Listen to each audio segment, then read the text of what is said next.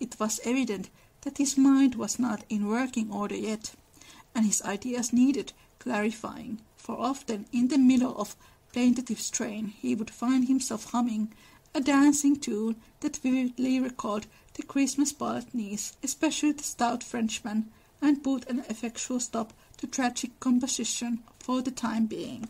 So here we have Laurie thinking his time in Nice and humming the tune of the Christmas ball. We can already see that his thoughts have swift towards Amy. Then he tried an opera, for nothing seemed impossible in the beginning, but here again unforeseen difficulties beset him. He wanted Joe for his heroine, and called upon his memory to supply him with tender recollections and romantic visions of his love. But memory turned traitor, and as if possessed by the perceived spirit of the girl, would only recall Joe's oddities, faults, and freaks, would only show her in the most unsentimental aspects, beating mats with her head tied up in a bandana, barricading herself with the sofa pillow, or throwing cold water over his passion à la Comiche, and an irresistible laugh spoiled the pensive picture he was endeavouring to paint. Joe wouldn't be put into the opera at any price, and he had to give her up with a bless that girl, what a torment she is, and a clutch at his hair as became a distracted composer. I don't think Laurie was ever in love with Joe. He was in love with the idea of love, not the actual person, and he admits to himself that Joe would not be put into an opera at any price. Well, maybe if Fritz would compose an opera for Joe. When he looked about him for another and less intractable damsel to immortalize in melody, memory produced one with the most obliging readiness. This phantom wore many faces, but it always had golden hair, was enveloped the Ephanos cloud, and floated airily before his mind's eye in a pleasing chaos of roses, peacocks, white ponies, and blue ribbons. He did not give the complacent red any name, but he took her for his heroine, and grew quite fond of her, as well as he might, for he gifted her with every gift and grace under the sun, and escorted her, unscratched, through trials which would have annihilated any mortal woman. So here we have Laurie creating this fantasy woman of his dream. It does resemble Amy a little bit, but it doesn't have any kind of personality. But I think Laurie is I think he's 26 at this point. He's a grown man, and then he comes up with this kind of daydreams. This shows how idealized ideas he had about love. At this point, he doesn't see Joe and Amy as individuals. For him, love means that he himself sees himself as a romantic hero or a romantic prince, and his mind conjures this kind of romantic princess for him. And at this point, he's not a good husband candidate for either Amy or Joe. And this part, it has never been adapted. Thanks to this inspiration, he got on swimmingly for a time, but gradually the work lost its charm, and he forgot to compose while he sat musing, pen in hand, or roamed about the gay city to get new ideas and refresh his mind, which seemed to be in a somewhat unsettled state that winter. He did not do much, but he thought a great deal, and was conscious of change of some sort going on in spite of himself. Its genius shimmering, perhaps. I'll let it simmer and see what comes of it, he said, with a secret suspicion, all the while that it wasn't genius, but something far more common.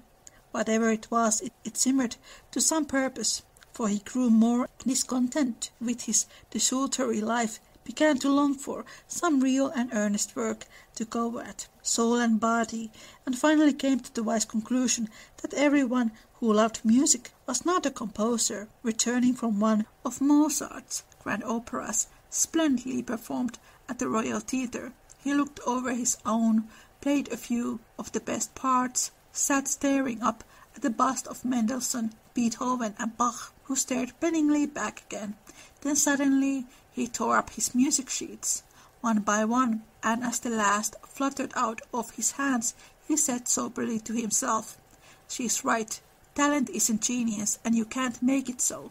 That music has taken the vanity out of me, as Rome took it out of her, and I won't be a humbug any longer. Now, What shall I do? This is my personal favorite Laurie moment because this is the time when Laurie starts to turn from a boy into a man. This process was completely started by Amy when she lectured him. I said it so many times in this podcast, part of Laurie being a master procrastinator. It's never in any Little Woman films. And just like Amy says, Jo hates lazy people, and Amy herself doesn't like that Laurie is being unproductive. But here you can see how Amy has a great influence on Laurie. It's like what Emily said in the 150-year Laurie episode. There are people who just should get a job and not have these illusions of what artist life actually is. And Laurie is very privileged because he comes from a wealthy background. And he also comes to the conclusion that not everyone who likes music is a master composer. And that to him is another wake-up call. And I am very proud of him when I read this. That seemed a hard question to answer, and Laurie began to wish he had to work for his daily bread. Now, if ever occurred an eligible opportunity for going to the devil, as he once forcibly expressed it, for he had plenty of money and nothing to do, and Satan is proverbially fond of providing employment for fool and idle ideas. The poor fellow had temptations enough from without and from within, but he withstood them pretty well. For much as he valued liberty, he valued good faith and confidence more, so his promise to his grandfather and his desire to be able to look honestly into the eyes of the woman who loved him and say, all is well, kept him safe and steady. Very likely, some Mrs. Grantree will observe, I don't believe it. Boys will be boys. Young men sow their white oats, and women must not accept miracles. I dare say you don't, Mrs. Grundy, but it's true. Nevertheless, women work a good many miracles, and I have persuasion that they may perform even that of raising the standard of manhood by refusing to echo such sayings. Let the boys be boys, the longer the better, and let the young men sow their white oats if they must. But mothers, sisters, and friends may help to make the crop a small one, and keep many tares from spoiling the harvest by believing and showing that they believe in the possibility of loyalty to the virtues which make men manliest in good women's eyes. If it is a feminine delusion, leave us to enjoy it while we may, for without it half the beauty and romance of life is lost, and sorrowful forebodings would embitter all our hopes of the brave, tender-hearted little lads who still love their mothers better than themselves, and are not ashamed to own it. This is very interesting. We have been talking in this podcast how Jo occasionally have this boys will be boys attitude. In the first part of Little Woman, she has difficulties to question some of Laurie's actions. As the novel progresses, Jo starts to see flaws in her own way of thinking. And I think this is a very good example of it when the narrator says that man and woman can have positive influence on one another. And I think this is a really good reference how Laurie behaves very differently with Amy than he does with Jo. Once again we have this idea, once again we have this reference of mothers wanting their boys to be the best that they can.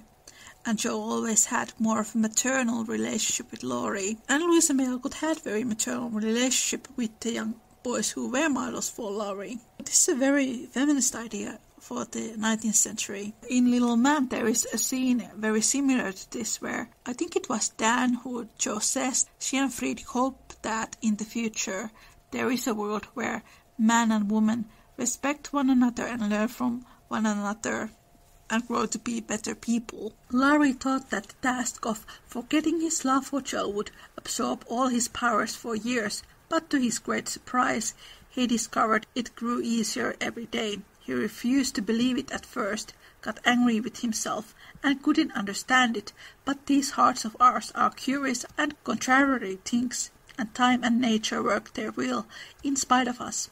Laurie's heart wouldn't ache, and intentional stop there. The wound persisted in healing with rapidity that astonished him. So when people ask me why you don't think that Laurie was ever in love with Jo, it's right here in the novel, people. It did not take him very long time to get over Joe, and instead of trying to forget, he found himself trying to remember. He had not foreseen this turn of affairs, and was not prepared for it. He was disgusted with himself, surprised at his own fickleness, and full of queer mixture of disappointment and relief that he could recover from such tremendous blow so soon.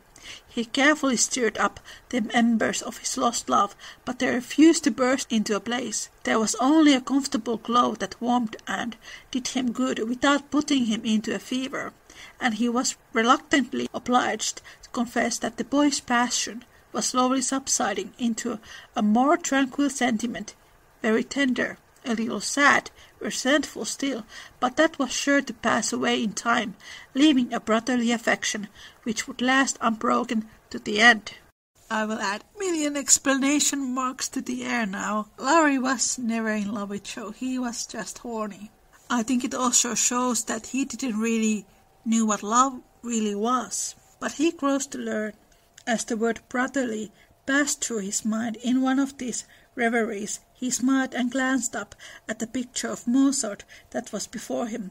Well, he was a great man, and when he couldn't have one sister, he took the other, and was happy. Laurie did not utter the words, but he thought of them, and the next instant kissed the little old ring, saying to himself, "No, I won't. I haven't forgotten. I never can. I'll try again, and if it fails, why then—" Leaving his sentence unfinished, he seized pen and paper and wrote to Joe, telling her that he could not settle to anything while there was the least hope of her changing her mind. Couldn't she, wouldn't she, and let him come home and be happy? While waiting for an answer, he did nothing, but he did it energetically, for he was in a fever of impatience. It came at last, and settled his mind effectually on one point, for Joe decidedly couldn't and wouldn't. She was wrapped up in Beth, and never wished to hear the word love again. Then she begged him to be happy with somebody else, but always to keep in a little corner of his heart for his loving sister Joe. In a postscript, she desired him not to tell Amy that Beth was worse. She was coming home in the spring, and there was no need of saddening the remainder of her stay. That would be time enough. Please God, but Laurie must write to her often, and not let her feel lonely, homesick or anxious. So I will at once. Poor little girl, it will be sad going home for her, I'm afraid. And Laurie opened his desk, as if writing to Amy had been the proper conclusion of the sentence left unfinished some weeks before. This is why I have a very much a love-hate relationship with Laurie. First moment it's Joe, the next moment it's Amy, then Joe again, then Amy. At this point it seems that he doesn't really care who he is going to marry. He just wants to marry somebody so he can be this romantic prince, like in this opera that he's composing. If I would be Joe, I would be much more strict with him. I always found it very disrespectful that he wrote to Joe, asked her to marry her again when Beth was so ill. Honestly, that letter, it sounds very similar to his proposal, which was very demanding and very selfish. It is a very slow process for Laurie to let go of these idealized dreams that he has about himself. You know, they are not about love, they are about himself. But this is why it's also called as Little Woman Adulthood Ritual or Coming of Age Ritual, where a reader starts out as a Joe and Laurie shipper, then they grow older, they read Little Woman, and then they come into these parts where Laurie is incredibly immature, and then they become Joe and Friedrich fans. But he did not write the letter that day, for as he rummaged out his best paper, he came across something which changed his purpose. Tumbling about one part of the desk, among bills, passports, and business documents of various kinds, were several of Joe's letters, and in another compartment were 3 notes from Amy, carefully tied up with one of her blue ribbons, and sweetly suggestive of the little dead roses put away inside. With a half-repentant, half-amused expression, Laurie gathered up all Joe's letters, smoothed, folded, and put them neatly into a small drawer of the desk, stood a minute turning the ring thoughtfully in his finger, then slowly drew it off, laid it with the letters, locked the drawer, and went out to hear High Mass at St. Stephen's, feeling as if there had been a funeral, and though not overwhelmed with affliction, this seemed a more proper way to spend the rest of the day than in writing letters to charming young ladies. The letter went very soon, however, and was promptly answered, for Amy was homesick and confessed it in the most delightful, confiding manner. The correspondence flourished famously, and letters flew to and fro with unfailing regularity all through the early spring. Thank you so much for listening. Link to the full episode, Laurie's proposal to Amy, Deep Analysis, is in the description. Take care and make good choices. Bye!